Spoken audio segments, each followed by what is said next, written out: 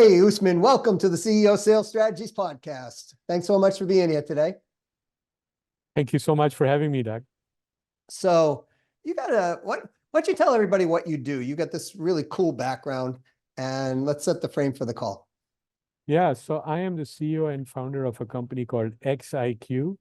And XIQ is a generative AI platform for B2B sales and marketing. Think about ChatGPT for B2B sellers and for marketeers. And we are able to infuse some psychology into how the Chat GPT responds to people. And by doing so, we're able to actually predict the personality type of an individual. And if your audience has ever heard of behavioral science, personality assessments such as DISC methodology or Myers-Briggs, so we use DISC as a framework to be able to predict the personality type of your prospects. So you can custom tailor your sales and marketing outreach and strategies specifically for individuals. And by doing so, you improve the chances of being able to close deals by highly personalizing interactions with the people that you're selling to. It's really comes down to speaking the same language, right? I mean, being in the same language. I don't know why someone hasn't thought of this prior to. I've never heard of this. I was so impressed when I first took a look at this because it was like I'm forever talking and teaching people. We have to communicate on the layer of the person. And this gives us insight now to the personality type or the psychology behind that. So we can now tailor our communications even more appropriately. That's what I got out of it. Is that accurate?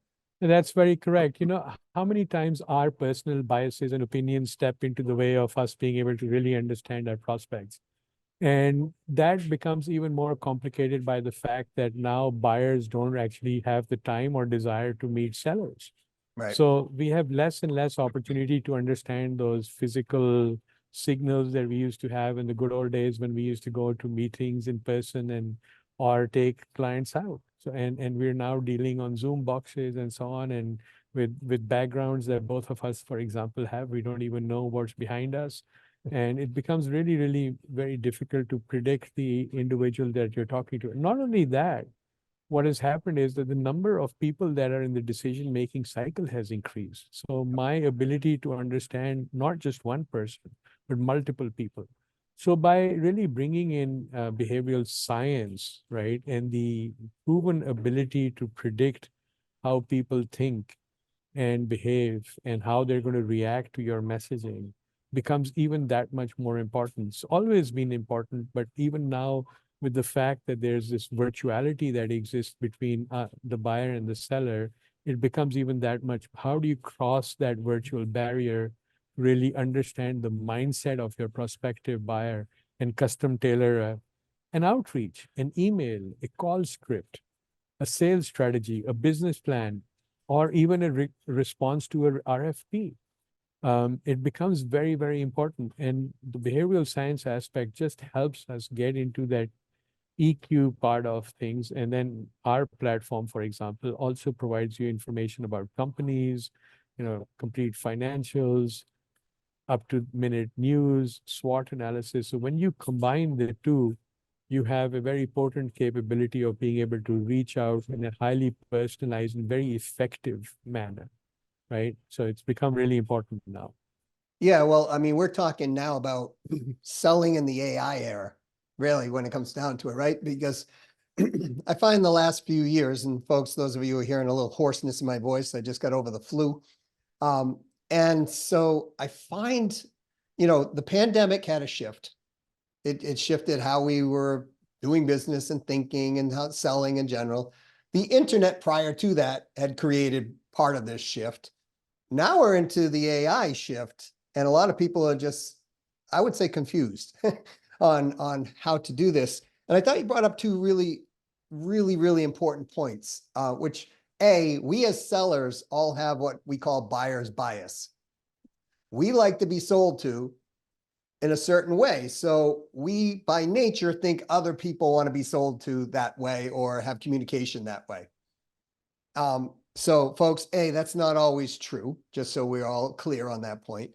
And B, what you're talking about also is you're getting a business return on investment snapshot, but you're also getting a personal return on investment snapshot.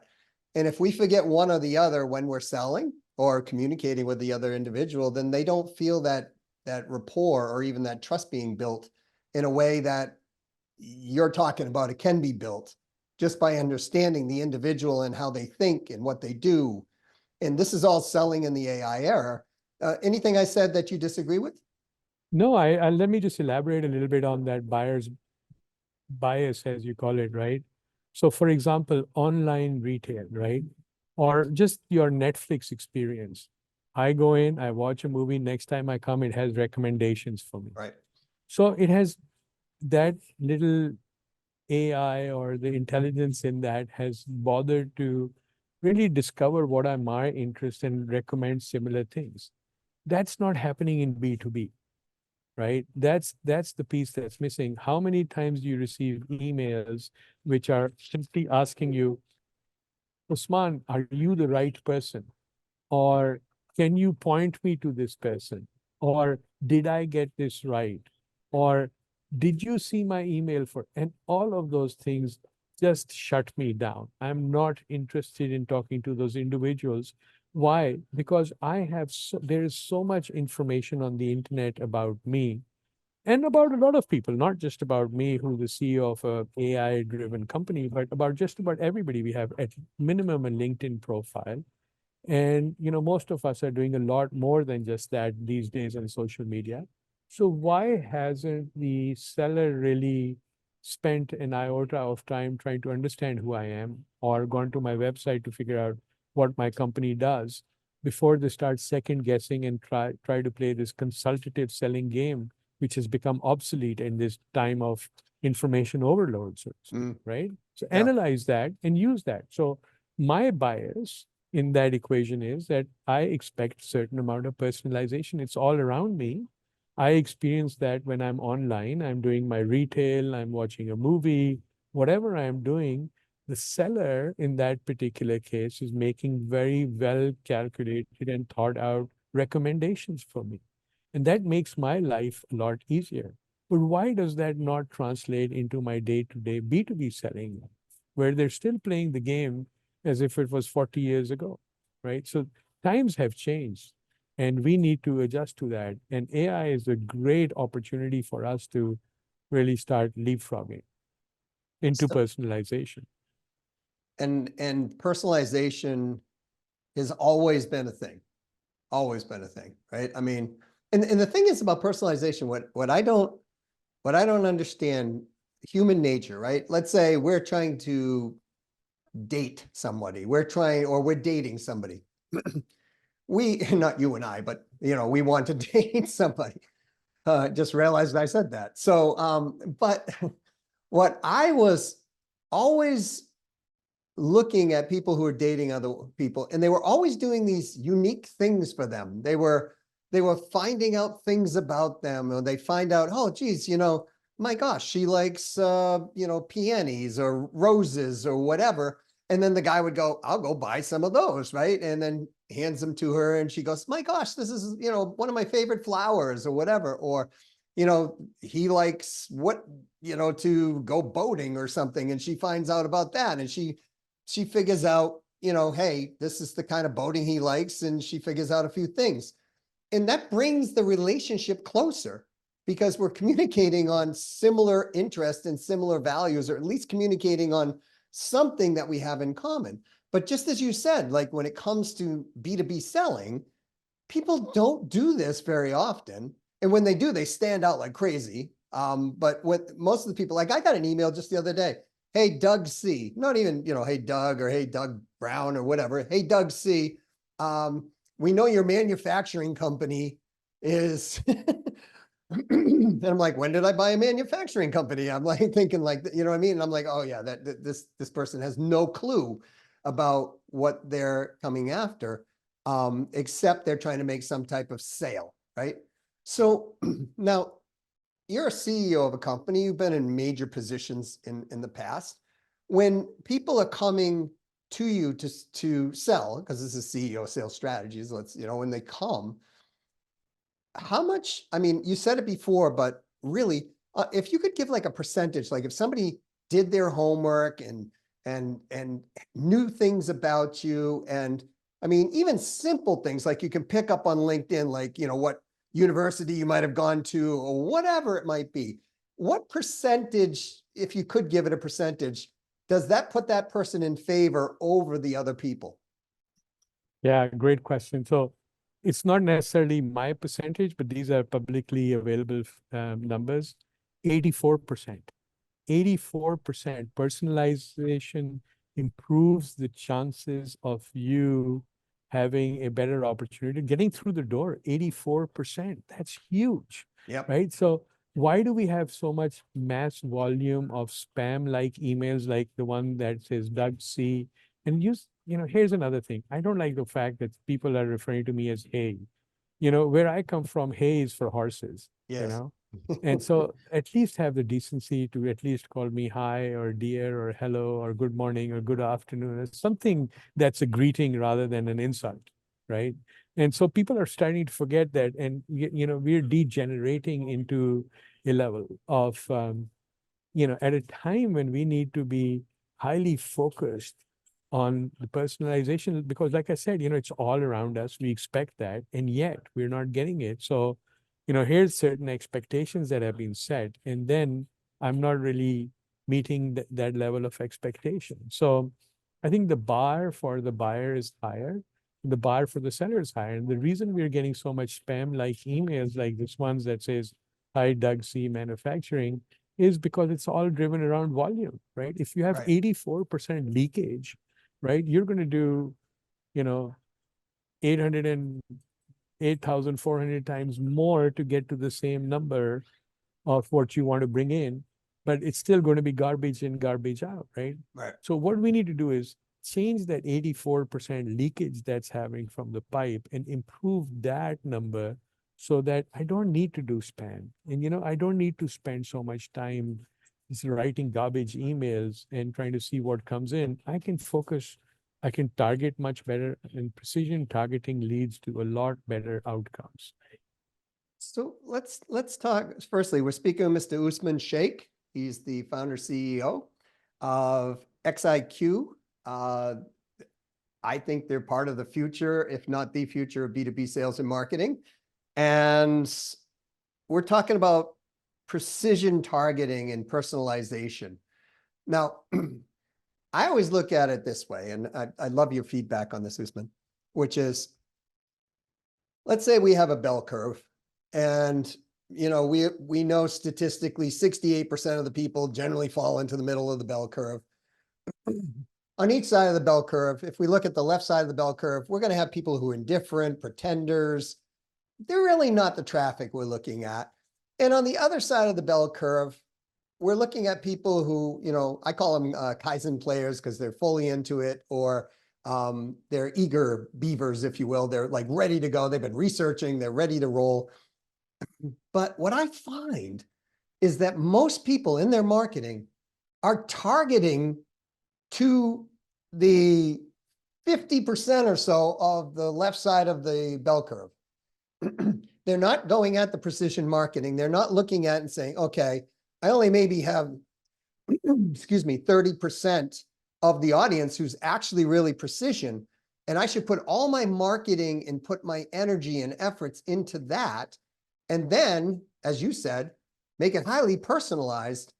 And we're going to end up, aren't we going to end up with more qualified sales ready leads anyways, if we do that, versus trying to just mass blast out everything we can possibly do, and our budgets will be better at that point. So that gives us higher profitability. Am I correct? You are absolutely correct. Let me just give you a couple of examples. So today, first, let's focus a little bit about targeting that precision. So with our AI, for example, that looks at the behavioral mindset, that looks at what you've done in the past, I can ask, Gilroy is the name of our chatbot, and I can ask Gilroy to tell me what are Doug's opportunities to improve in their current work.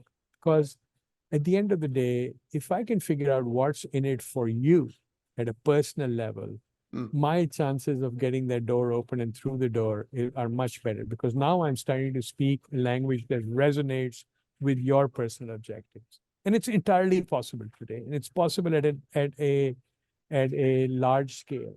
It's no longer I have to do 10 hours of research to figure it out. It's more like 10 seconds of asking the chatbot, hey, can you go there and find out like what are the personal motivations and career growth opportunities for Doug, and it will tell me.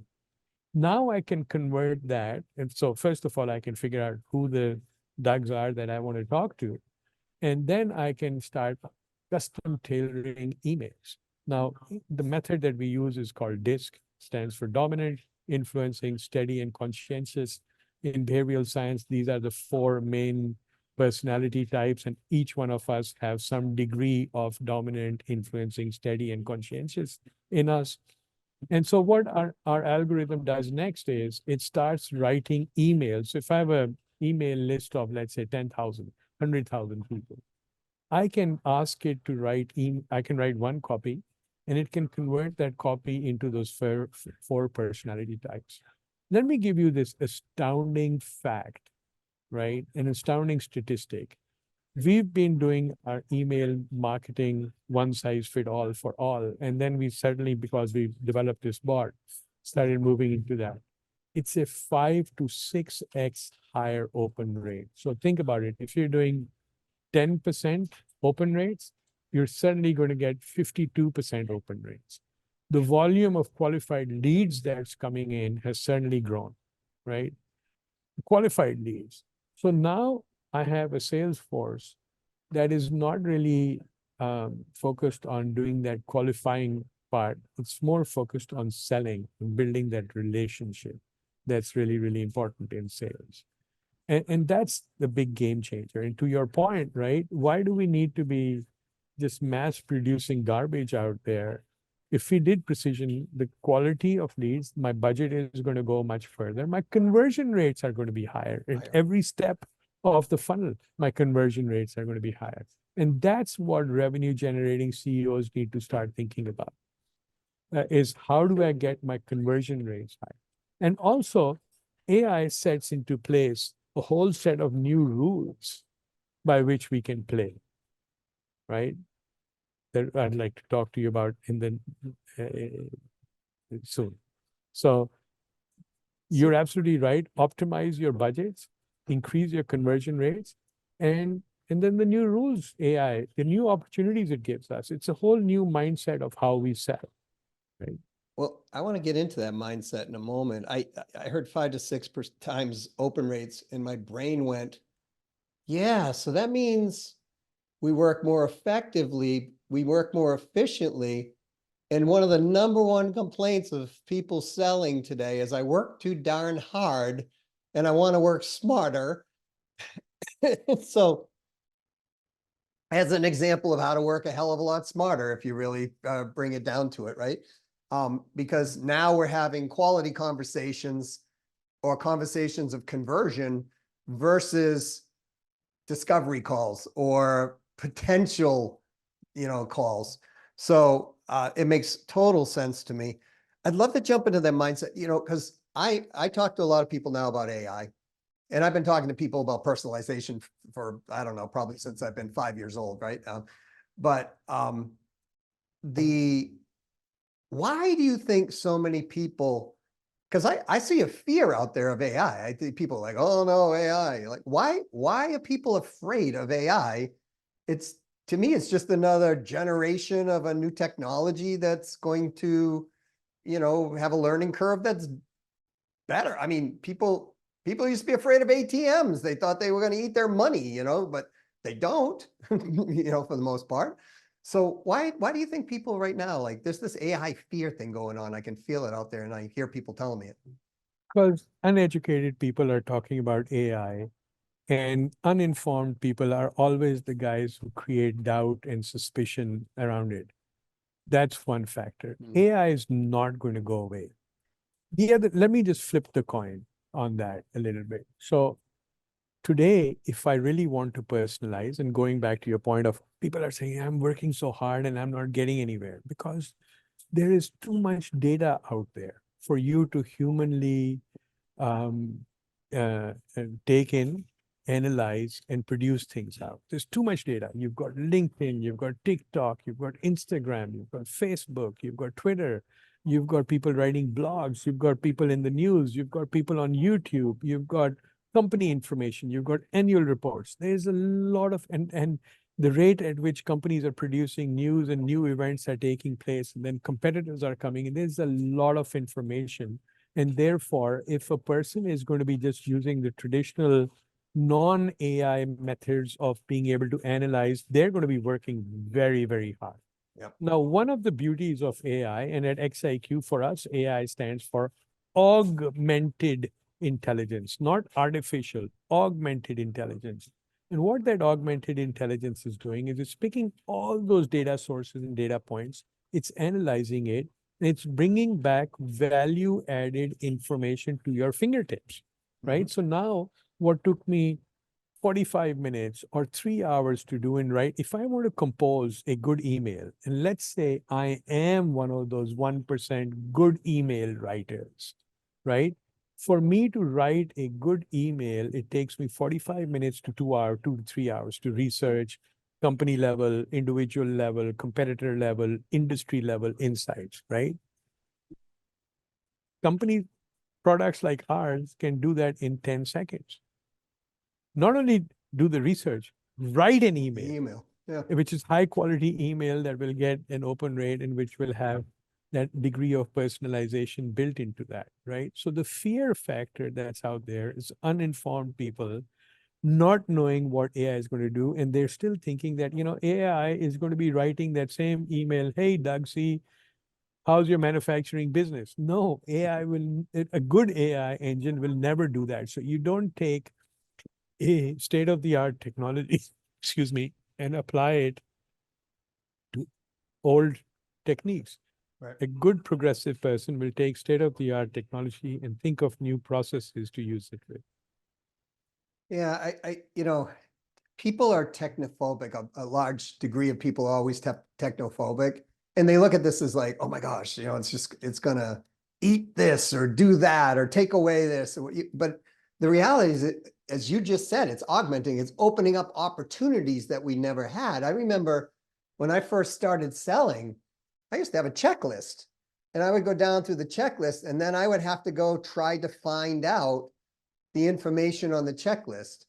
And, prior to the internet, that was even harder, right? So, and then once the internet came along, even dial-up, it was like, oh my gosh, I can find this little piece. Or, as soon as DSL came in, it was like, oh my gosh, oh, this person belonged to this fraternity at this particular university, or this person's very much into, and today you can figure out anything really, because it's like you go to their profiles and it's like they have their sporting teams there, they have their families, they have, things they like, things they don't like. So a lot of that's easy to extract, as you're saying.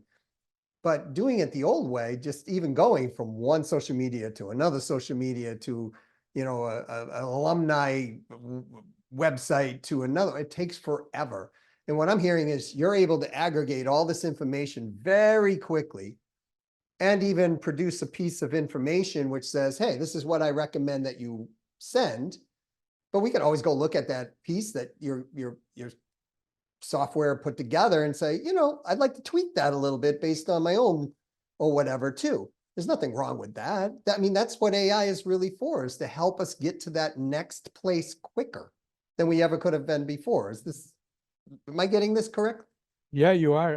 So first of all, that information availability that you're talking about, right? To be able to connect the dots. Yeah.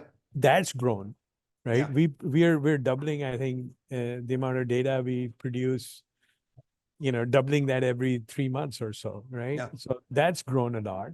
And what that means is that the ability to connect the dots properly, opportunity exists, time does not, unless you use AI to help you do that, right? So AI, again, going to their augmented intelligence, can really pick that up in seconds and come back And, and Chat GPT for the first time, opened the doors to that in helping us understand that, hey, this can really bring back answers from the entire internet. Okay, it's dated, but it can bring back. Take that and apply that to our platform, example, real-time information specifically curated around businesses, adding the EQ factor through our personality prediction capabilities. You've got personalization, you've got the augmentation of intelligence, and it's not just about one person, it's about multiple people. It's not about one company, it's also looking at their ecosystem with their competitors, with their customers. And the amount of information that is out there is tremendous, is infinite, but I need it and I don't have the time to do it. So that brings us to the mindset question also, right? How has the mindset going to change? And you're going back to your question about the fear, right? We have been selling fear for way too long, right? We see it every day. Politicians sell fear, fear this person, fear that race, fear that ethnicity, fear that religion, fear, fear, fear. And because of fear, we kind of try to bond together with people we think are like-minded and do things, right? That era is over. AI creates a whole lot of new opportunities, right? Just what we are talking about, the augmentation of this intelligence, new opportunity. And it's not just in sales, it's in every industry. The rate and velocity with which innovation is going to take place and the amount of innovation that's going to take place is going to be great. So now my mindset has to change from selling fear to selling hope and opportunity. Opportunity. And Yep. that's really where I think CEOs and sales strategies needs to start thinking is the future. The future is about hope and opportunity. Gone are the days of fear, uncertainty, and doubt. Because if you're doing that, and think about it, Doug, you don't hire C-level executives to go and fix yesterday's problems. You Right. hire CEOs and to look at the future, over the horizon. What is going to happen tomorrow? Yep. And they're looking at growth opportunities. So help me figure out what those opportunities are. And those opportunities have, and again, people who are fearing AI are losing out on two ends of the thing. They're two ends of the equation, right? On the one side, they're not using this to help them. They're just fearing it. And they're not using this AI to help them figure out what could be potentially new opportunities for my clients and prospects, right? And those guys that are not able to explain what's in it for you at the individual or at the corporate or at the business level will be left behind faster in the dust very, very quickly. Yeah, Very, very quickly. I wholeheartedly agree with your statement. And the reason behind that is because on most of these podcasts that I've done, I ask the CEOs, how do you like to be sold to or how do you like to buy? And unanimously, the majority of them say, look, I understand that I got problems. I already know I got problems. But if I have a problem that I don't know, and I get this intelligence on a problem that's coming down the line, that gives me an opportunity to capitalize on market share, capitalize on not running into that challenge. That is the most important thing for me in these growth opportunities. So everything you just said is, I can repeat back and say, 100 CEOs on this podcast have said that exact phrase. So I think what you're talking about is so important, and CEOs and salespeople, or independent sellers, listen up, because the reality is this is not something you can just like, oh, I don't think I'm going to embrace it. If you don't embrace it, you're going to have real big challenges because as you said, the whole thing is shifting and we have to shift along with it in the future of what it's going to be. And the more we do that, the easier it is. And I wanted to bring something up, Usman, because when I first looked at AI, I was like, oh no, geez, this is gonna do all kinds of crazy. I could see it's a disruptive technology, right? In the process.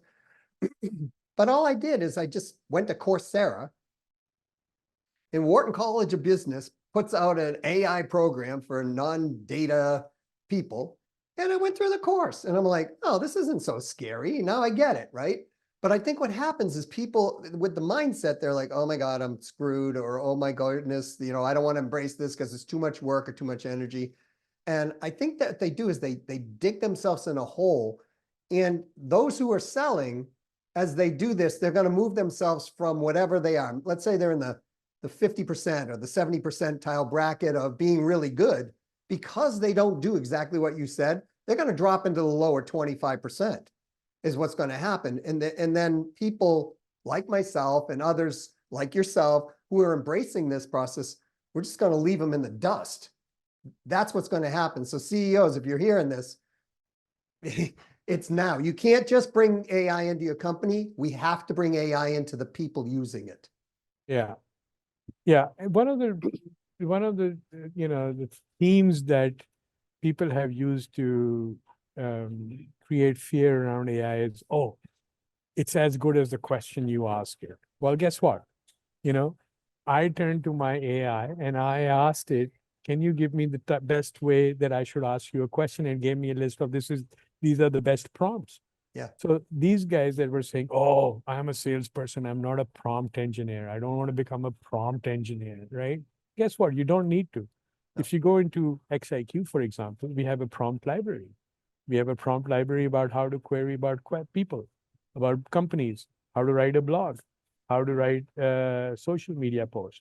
And all you need to do is insert in there the company or the product or the industry, and it's all tagged. All you need to add the rate of Doug C, and it will go find you in company SAP. It will go and find that information and it will put it all together, right? And do it for you. You don't need to be a prompt engineer. The whole beauty of AI is it's actually lowered the bar on you being able to do a whole lot more with less. And Yes. anybody that thinks that that's other way around does not understand AI and is, trying to help you. And never has technology gone backwards. Technology is always going forward. So embrace it, embrace the proper use of it, figure out how it's going to help you progress, and it's going to help you progress. You mentioned that the top 50% will move to the bottom 25%. I'll say the top 50% will become obsolete if they don't adopt it. Like zero. Forget 25%. And that fall happens much faster. Companies are now since last year have started putting, CEOs didn't even know what AI was, what ChatGPT was, what generative AI was. And now every kid knows. I was at a restaurant yesterday, a bunch of kids talking, hey, ChatGPT did this, ChatGPT did that, Yep. right? That's the talk of the town over here today, right? And everybody's talking about it. And so it's become a household name, and it's become a household name term very, very quickly.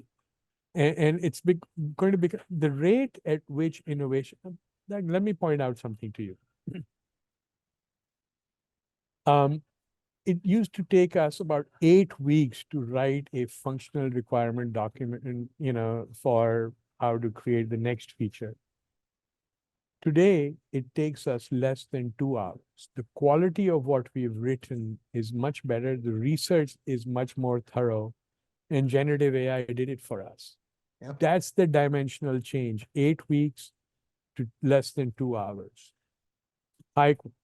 Proposal writing.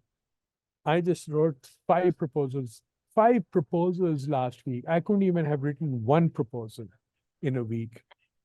My chatbot did it for me and did it at a better clip with a better conversion rate than any human salesperson would have been able to do. It was well researched, well thought out. All I had to do was verify it, make some minor modifications to that, get it into a format that I wanted it to be, and voila, it was done, right? That's the rate at which innovation is going. It's getting exponentially faster every week. And those that do not jump on board will be horribly left behind. And folks, this isn't a fear tactic. Like when we look at the adaptation of a technology or new technology, take electric cars. It took decades, right? I mean, they were talking about electric cars easily in the 80s. I mean, I remember them talking about it in the 80s. It might have been even before then. 60s. Okay, the 60s. And it took a long time for that to get here, but now we're getting there, right? We've got hybrids and fully electric and, ATM, as I mentioned before, that took 13 years to catch. We start looking at AI, we're talking about a year that it caught on, like really like whoosh, and it isn't going anywhere. And so one of the things I want people to understand about AI, because I thought you brought up a really very salient point on the fear and the mindset, is you don't have to give up control. It's not like you're giving up control to some machine that's going to run your life and make mistakes for you. It is a tool, just like any tool. If we were a mechanic, we're going to use a certain tool. I mean, yes, we can take a screw out of a whatever with a chisel, or we could take it out with a screwdriver, or we could take it out with a pneumatic screwdriver. It's a lot easier with a pneumatic screwdriver. And so we're talking about a tool, and it's being embraced in all kinds of places. I mean, I see this in the medical field happening now. I see this everywhere. And those who are CEOs and owners of companies, if you're not paying attention, as Usman said, it's going to go by you quickly, and you're going to be looking around and, the number one, excuse me, the number one of the number one questions people always ask, how do I differentiate myself? How do I be competitive amongst my competitors today? Well, you got to be different in this personalization and using data intelligence. And all of this does that and accomplishes that. So either first in or first out, really, when it comes down to it. That's the message I would like to leave people with. Do you want to comment on that, Usman? Yeah, I think you're absolutely right. It's not a fear tactic to tell you that, the acceleration has really, and the velocity has accelerated really at a very fast pace, right? So that's not a fear factor. That's happening right as we speak. And I think that, it's a tool. You do have control over it. You talk about competitive differentiation. One of the key things we use AI for is, tell me, how is my product different from XYZ product? And it lists it down. And then I ask it, can you please convert this into a statement, into a message for Doug, or a call script for Doug, so I can talk to him about it. And it does that. So now I have, first of all, that differentiated highlight. Then I have the words and the way I'm going to communicate it to you that's most likely going to resonate with you, because I have the personality aspect of that as well, right? And these are things that, yes, the top 1% of the sales guys will be able to do, provided they have a lot of resources. They have the business acumen, okay? Then they have the gift of gab. They know how to speak. They know how to read people. But really, what percentage, we all know our sales forces, what percentage of our sales force is really capable of doing that, right? XIQ was built on the top 1% of salespeople. What were some of the best practices they did? And how can we democratize those practices so that the next 99% can avail them? And we knew that this was not going to be some kind of a challenger methodology that had to be taught with a coach. It had to become embedded in the lifestyle of that individual. And the only way is if you have a tool, just like your pocket calculator, and you can go and it can provide you with that answer. It's really a pocket calculator. That's what it is, equivalent of being able to do math calculations, but calculations at a behavioral, at a competitive, at a strategic level that 99% of the workforce doesn't have the big business acumen, or doesn't have the time, or doesn't have access to the information to be able to do that. And that's the advantage that CEOs need to start realizing about right now, and convert their game into what XIQ can help them do, or AI can help them do. I think that is extremely well said. And when you said calculator, it reminded me when I was in high school in the 80s. And I remember I was dating this gal, and her father came with one of the first calculators, brought it home. He was a architect, engineer type guy. And I looked at this thing and I was like, what are all these little buttons? He's like, oh, you can do the sine and cosine of this. And I'm like, oh my gosh, it's like, I'm studying this stuff in high school and it's like taking me 10, 15 minutes to do something that he just did in the push of two buttons. And that's what we're talking about on the rate of speed that's happening in now we can personalize this information to what we're doing. So I'm really grateful you came on here. I hope this is alleviated some people's fears and certainly opened their eyes to where this is not where it's going. It's already going, and it's on the road, on the track right now, and it'll only continue to keep picking up speed, just like a high bullet train will get you there in an hour and a half versus a 5-hour trip or whatever. This is how I see AI coming along. Usman, how do people know more about what you do, maybe yourself, the company, get in contact, figure out more about even IXQ itself?